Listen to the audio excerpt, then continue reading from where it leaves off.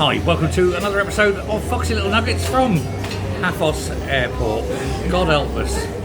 Delay after delay. They've actually cancelled the Manchester flight. But, we're here. The only news channel that does this, brings in the day's news, boils it, oils it, rolls it in nuggets, and pungs it in the oven to see what comes out.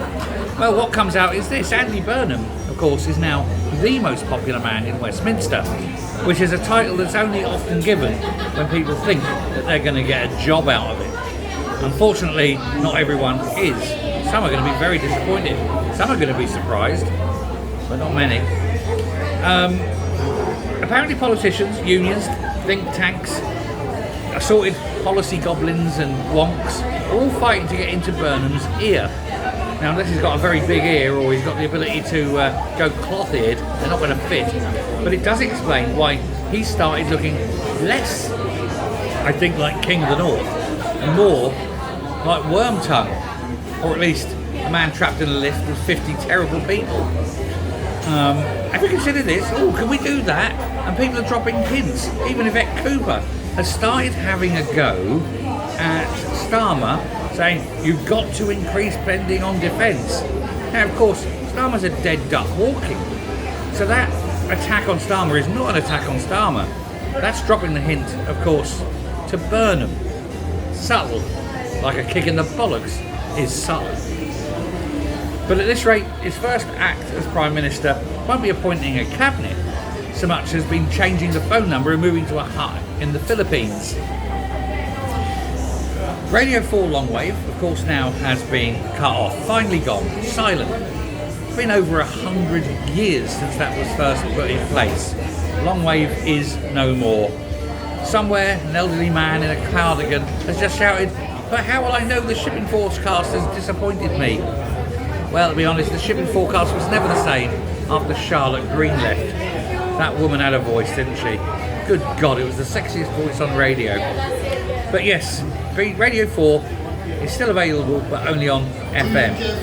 Well, you can get it on DAB, you can get it on BBC Sounds, and you can get it on smart speakers, which is marvellous. But not for anyone who's got an old long-wave radio. If your entire technology stack consists of a Bakelite box with a big long wire hanging out the back of it, you're going to be in trouble. I mean, this is worse than decimalisation, guys. Longwave was the sound of Britain. It was crackly, haunting. It worked like the way that railway timetables worked.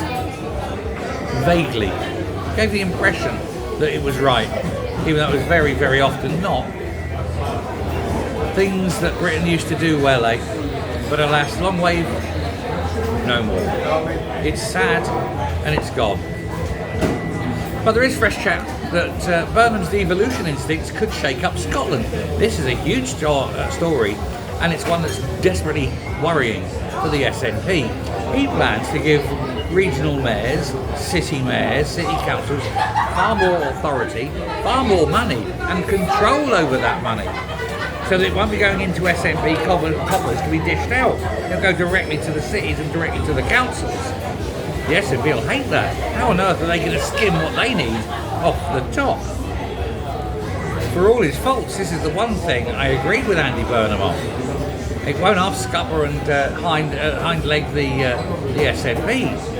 They'll be hating every inch of this, but it's great. But apparently Burnham likes devolution. He always has. The SNP likes devolution, but only when they're in control of it. But Scottish Labour likes devolution too. However, it prefers the idea of Holyrood controlling devolution, not individual towns, cities and councils. And so what we've got now is a differential within Labour and Scottish Labour. Aina Sawar is not entirely happy. But then, he never is he? He's a very miserable man. But we may soon see a constitutional arrangement and more theatrical punch-ups, really. It won't be real punch-ups. It'll all be done in jest between the parties in Scotland as they all try to rally round and say no to this brilliant idea. Someone in Edinburgh is insisting the whole thing would better as two separate governments. The SNP controls Holyrood and that's all it controls, whereas everyone else controls the rest of Scotland. Everyone's happy then, except the SNP, which is great. Anyway, Burnham himself is said to be worried about that. He's also actually said to be preparing for power, but not that much. Apparently, he's either got to stick with Starmer's policies or call an election. And it isn't me saying that, it isn't the Tories, it's his own party. They're saying if you differ too much from what the electorate voted the Labour Party in on, then you're going to have to go and get a fresh new mandate. The last thing he wants, because after all, a new mandate means Labour are out. Who the hell is going to vote for them? But there we go, he wants this new tone, this new energy and urgency of decision making. But there we go, every Prime Minister arrives wanting change for the better for them. And a pay rise, a massive pay rise. But, you know, there we go. On top of that, of course, bad news for Scotland generally. They're out of the World Cup, it seems.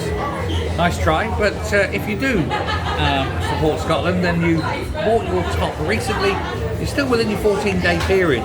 Take it back, get your money back.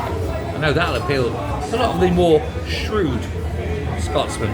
Now, we do have an and finally, but it's a local one. It seems that the temperature in Britain is still sufficiently high that the runways are delaying flights, which means that it gets later and later for people here in Cyprus to get back to Britain. They've actually cancelled the Manchester flight.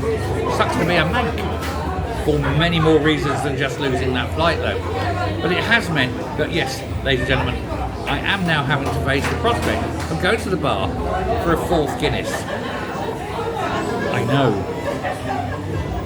It's going to bind me up for a week. On the other hand, I will sleep well on the flight. The only problem is, I'm so late now, I won't get my dog back till tomorrow. And that breaks my heart. I've been so missing him, and I know a lot of you have as well. So I will put a video up for him tomorrow. But you know, these things happen. But it's still massively hot here, massively hot there. And I hope to God that the plane doesn't melt on the way. I don't know how you lot have helped this, genuinely. At least here we've got AC. You just got to be melting. I do feel genuinely sorry, especially for the animals. But there we go. We'll round that off there. I want to say thank you very much for everyone who has watched today, on across all the channels, and till tomorrow. And I'll probably put a couple on during the day and then one in the evening. Thank you very much. You're all marvellous. I've been me. And now I'm going to go off and have my 4th Guinness. Wish me luck. Bye.